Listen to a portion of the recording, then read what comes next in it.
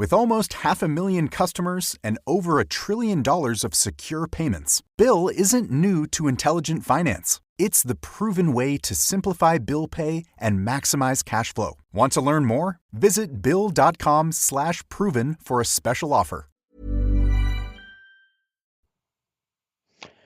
When the February Revolution happened in 1917, one of the key struggles initially, or key challenges initially, for governments around the world was to try to make sense of it.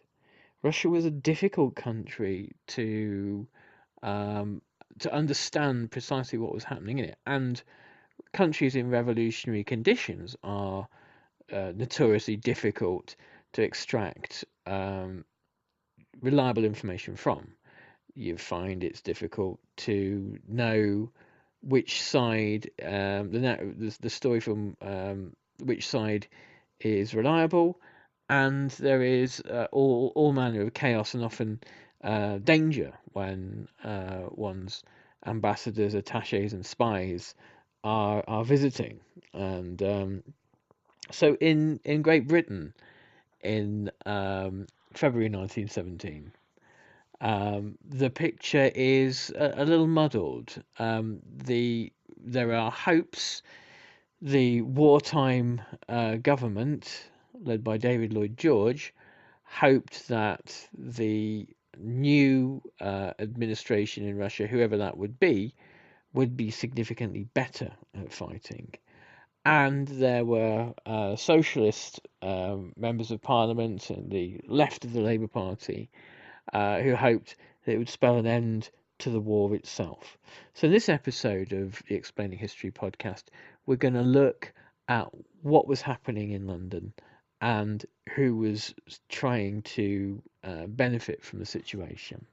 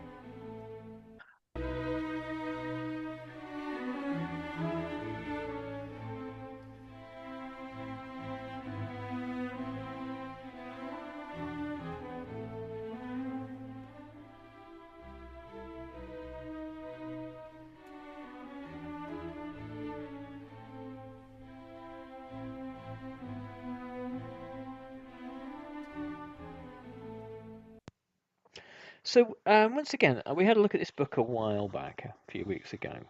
We're looking at Spies and Commissars by Robert Service, one of the kind of the more prolific British historians writing about Bolshevik and Stalinist Russia.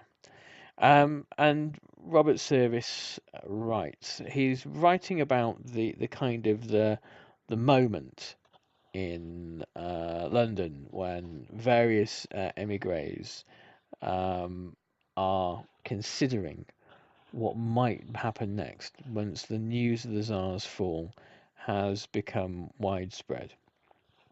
And the key figure that Service looks at here is Maxim Litvinov. who later became a commissar in the new Bolshevik government, and who his wife Ivy, an East End girl who he had met when in him and Lenin's first sojourn in London, um, uh, were anticipating a rapid collapse of not just the Tsarist but the provisional government and the establishment of some kind of socialist future in the former Russian Empire. So, Robert Service writes, Litvinov felt he had to do something, almost anything, for the revolutionary cause in Russia. His mind was bursting with frustration. While Petrograd was in political ferment, he was stuck hundreds of miles away in London. As a Bolshevik, he regarded the war as an imperialist conflict between two coalitions of greedy capitalists. Most Mensheviks and social revolutionaries thought the same. But no socialist organization in Russia, not even the Bolsheviks, had yet fixed its policy on how to end the war. It would take months before some degree of clarity emerged on this matter. In a burst of zeal, Litvinov met with British socialists who opposed the Allied war effort. The Labour anti-war MP, Ramsay MacDonald, received them in the House of Commons. MacDonald naturally did not share the British government's hope that the fall of the Romanovs would increase Russian combativeness and on the Eastern Front. In fact, he was predicting the opposite. But although he was courteous enough, he disappointed Litvinov by providing no notion about what he was going to do about the revolution.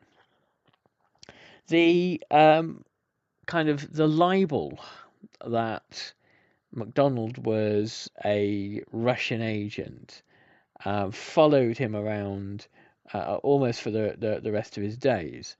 MacDonald's first administration, that lasts about 8 months in 1924, is brought down in part by what they call the Zinoviev letter, a kind of a forgery produced now by as we know, by MI5, to indicate that there were strong links between the new Labour government and the Bolsheviks in the now Soviet Union, and that a Labour government would be the opportunity for some kind of socialist takeover in Great Britain of a violent and undemocratic nature.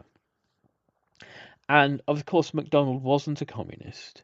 MacDonald had little time or sympathy for the Communist Party of Great Britain when it's eventually established in 1920, and he had the Labour Party was really its kind of existence really was in terms of its role within the British state, has always been there to kind of soak up radicalism, do a little of something with it, but to prevent to kind of misdirect revolutionary energies. It's kind of why the British establishment never minded the existence of the Labour Party that much. But intervenes periodically, whether you're talking about Ramsay MacDonald, Harold Wilson, or Jeremy Corbyn, to depose leaders that are thought to be straying too far to the left.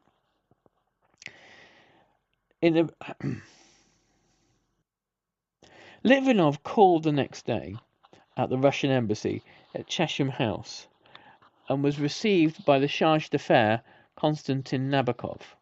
He was asked why the staff had not yet taken down the portraits of the imperial family. He enjoyed rubbing up the old regime's officials the wrong way. Nabokov stood his ground and behaved with dignity.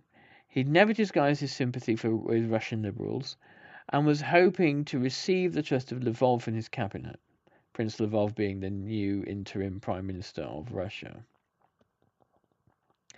Instead, the provisional government gave the London embassy to the former Foreign Affairs Minister Sergei Sazonov, but as Sazonov failed to arrive, Nabokov continued to head the embassy. On the 31st of March, the Labour Party held a celebration of the revolutionary events at the Albert Hall. 10,000 people attended, and Ramsay MacDonald was the main speaker. Others on the platform include Israel Zangvil, who spoke on behalf of Russian Jewish refugees in London's East End. The audience adopted Russian custom and bared their heads before observing a silence in honor of the countless sacrifices which the Russian people have made to win their freedom. It was an occasion that nobody present would forget. The Romanovs were gone and freedom had arrived in Russia. There was a talk of brotherhood, of the Russians and the British no longer poisoned by the existence of Tsarist despotism. So there was a lot of naivety, but throughout 1917, particularly after April, when America joins the war as an associate power, there is this belief and hope that a kind of like a union of liberal powers, Britain, France, a new notionally democratic Russia, and the United States of America can then take on the evil despotisms of the Central Powers. Despotisms which are kind of, hammed up a bit in order for the purposes of wartime propaganda. And of course, this liberalism, when we get to the Paris Peace Conference, does not extend and would not extend to colonized peoples. The idea of the Wilsonian principles of self-determination would be extended to only to European peoples, and it was imperative, as far as Clemenceau and Lloyd George were concerned, that this sort of self-determination lark didn't wind up infecting their empires. When it comes to managing money, forget the hype and look at the results. Bill has $1 trillion of secure payments powering our bill pay tools. Instead of just moving money, Bill is powering the financial operations of nearly 500,000 customers. So stop the guesswork and start scaling with the proven choice. Ready to talk with an expert? Visit Bill.com/proven to get started.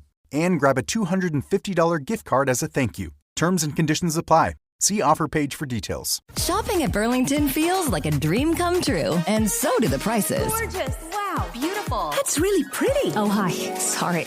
I was just imagining all the places I could wear these dresses. Oh, not a problem. You're just experiencing what it feels like to shop at Burlington. You just had to see it to believe it. Should I? Oh, yeah. You have to get that. And that. And this one, too. You know what? Fill up your cart. At these prices, you can just get them all. Burlington. Deals, brands, wow. Need to restock inventory, cover seasonal dips, or manage payroll? OnDeck's small business line of credit provides immediate access to funds, up to $200,000, exactly when your business needs it. With flexible draws, transparent pricing, and full control over repayment, you can tackle unexpected expenses without missing a beat. Apply today at OnDeck.com, and funds could be available as soon as tomorrow. Depending on certain loan attributes, your business loan may be issued by OnDeck or Celtic Bank. OnDeck does not lend in North Dakota. All loans and amounts subject to lender approval. Most of the revolutionary emigrants in Central and Western Europe were impatient to return to Russia.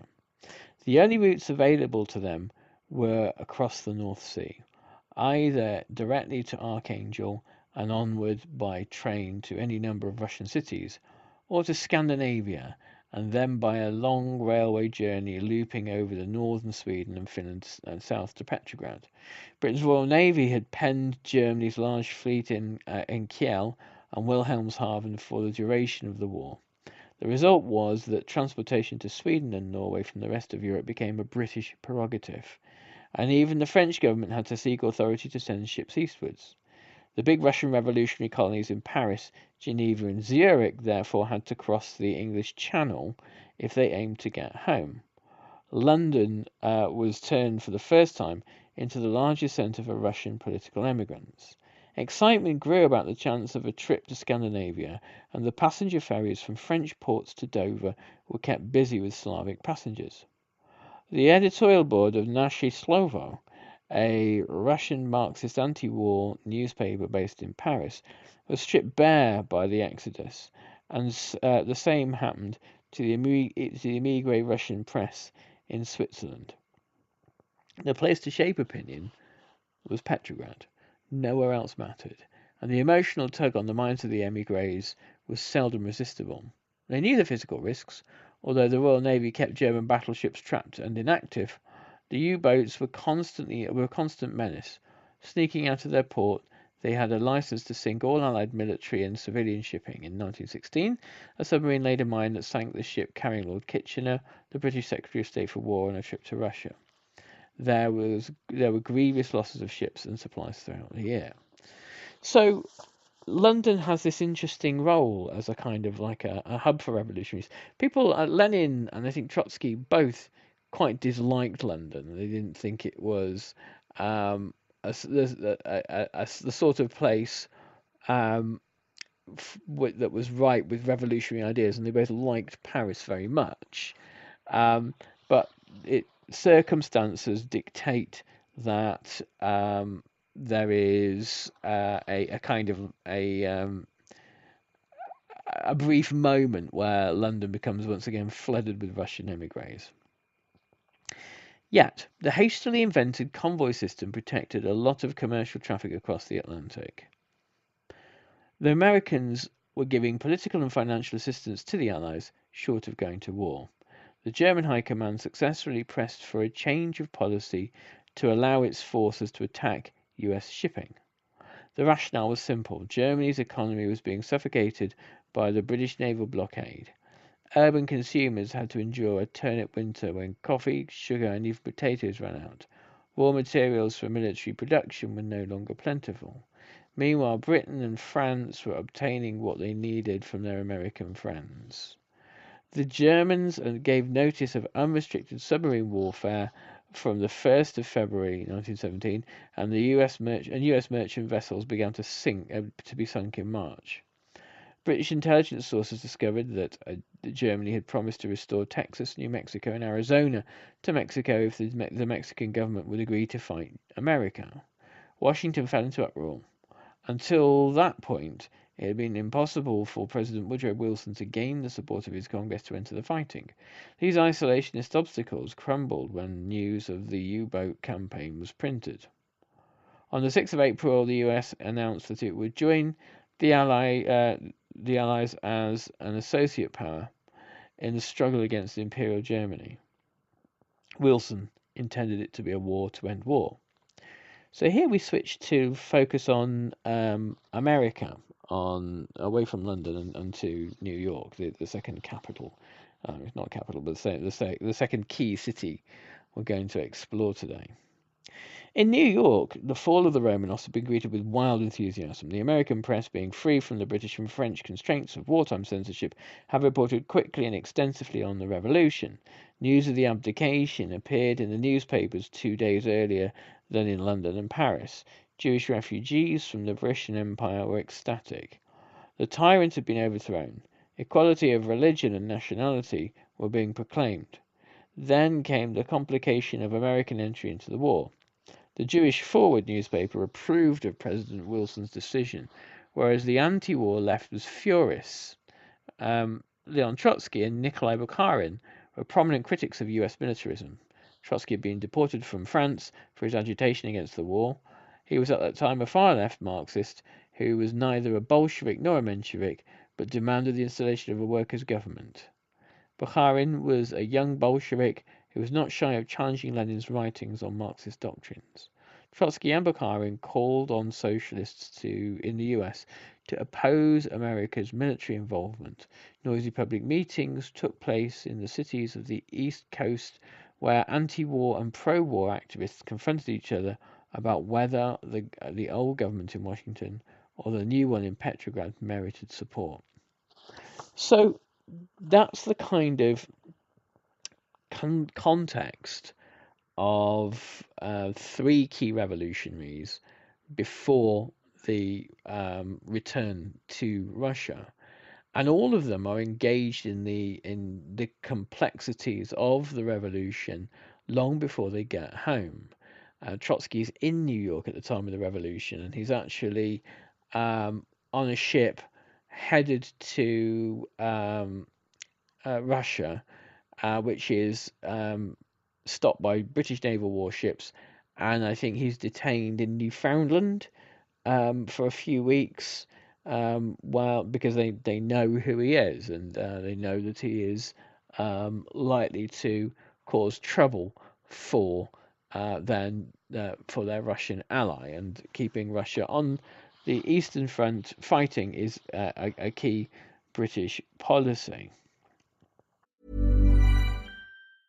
When it comes to managing money, forget the hype and look at the results. Bill has $1 trillion of secure payments powering our bill pay tools. Instead of just moving money, Bill is powering the financial operations of nearly 500,000 customers. So stop the guesswork and start scaling with the proven choice. Ready to talk with an expert? Visit Bill.com/proven to get started.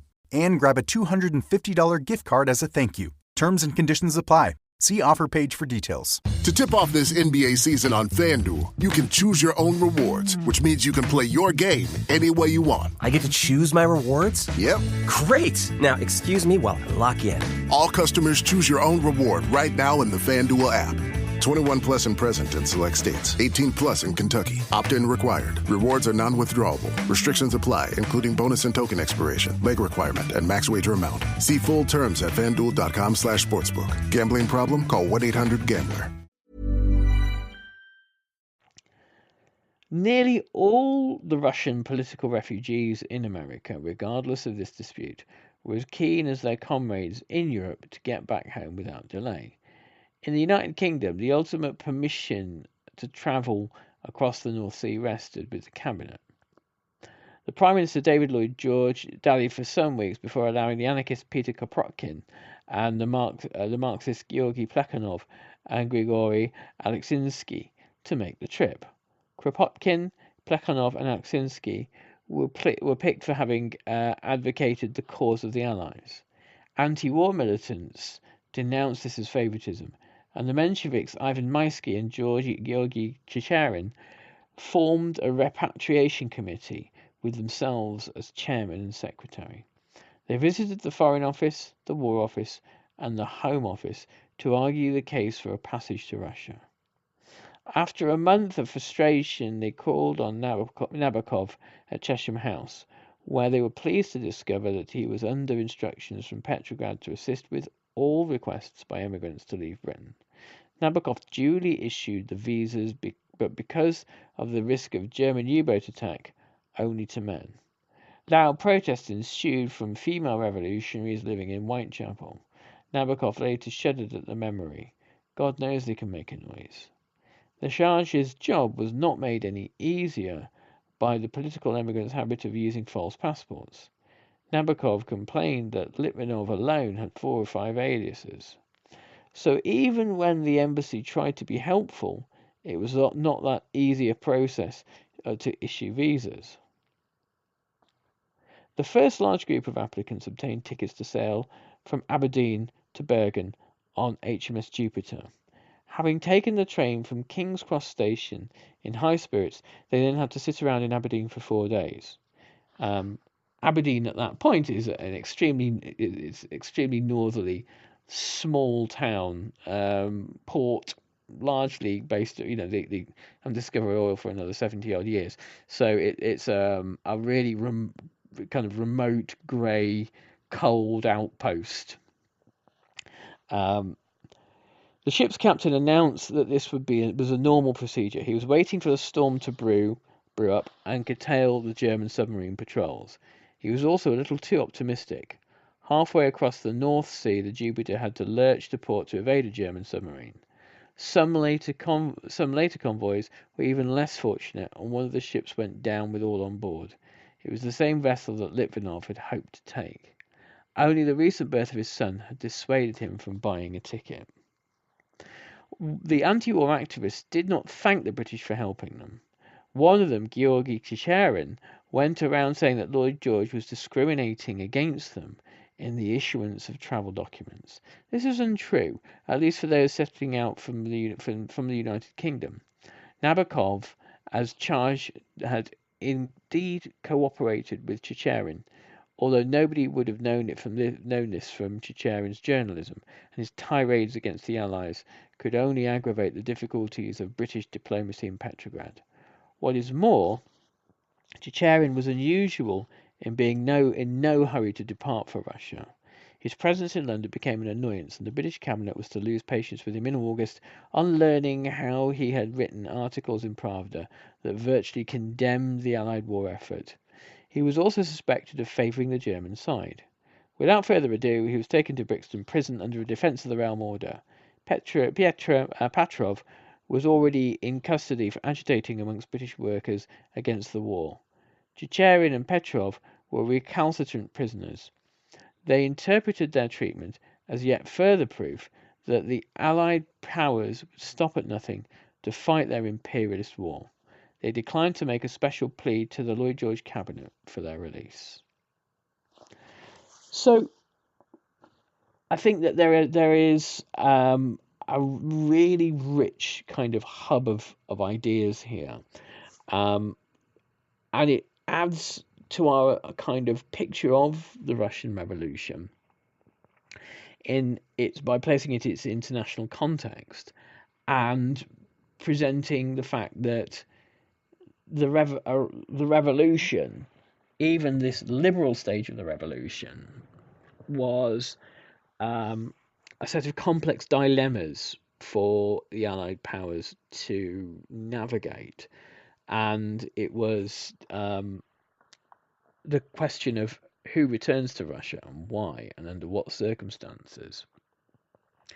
Questions about what Russia's embassy can and should do, and questions about what the expectations that revolutionaries had for Russia really kind of present a sort of a picture of kind of flux and complexity in this moment.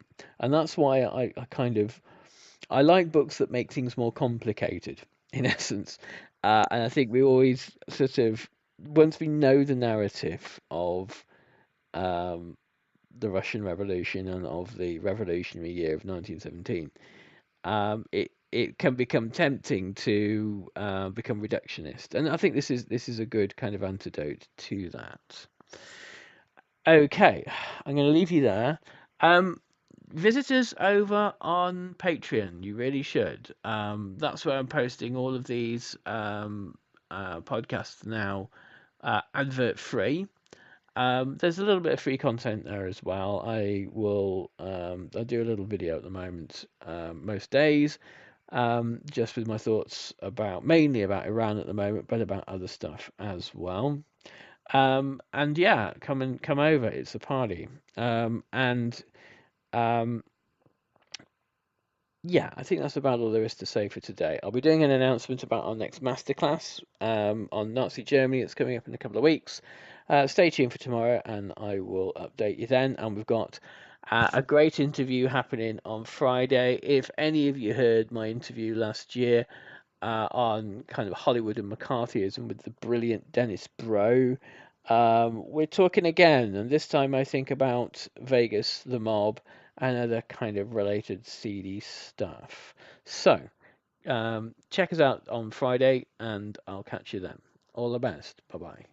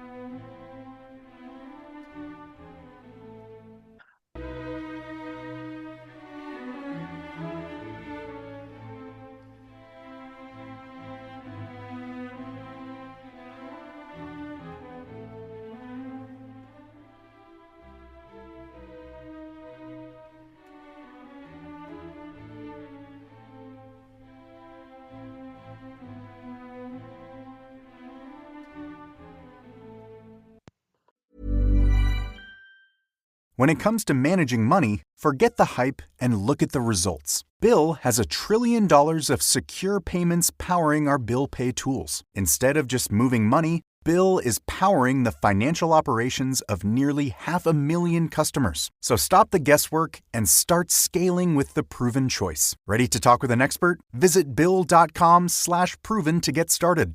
And grab a $250 gift card as a thank you. Terms and conditions apply. See offer page for details. There's an SUV that turns the unthinkable into the unforgettable. The new Nissan Pathfinder, built for big adventures and all that family chaos. It's powered by a strong V6 engine with a 9-speed automatic transmission. Inside, it's rugged and capable, but still premium and tech-forward, with room for up to 8 passengers. It's also available with 7-passenger seating and second-row captain's chairs. With massive hauling capability, now you can bring all the gear you and your family need for unforgettable adventures. The new V6 Nissan Pathfinder. Power your adventure. Thank you for listening to this episode of Explaining History. This podcast is an independent production, and it's listener support that keeps these conversations going week after week. If you find value in the show and want to help cover the costs of research and production, please consider making a contribution. You can join our community on Patreon or make a one-off donation. Just follow the links in the show notes for this episode. Every bit of support is truly appreciated.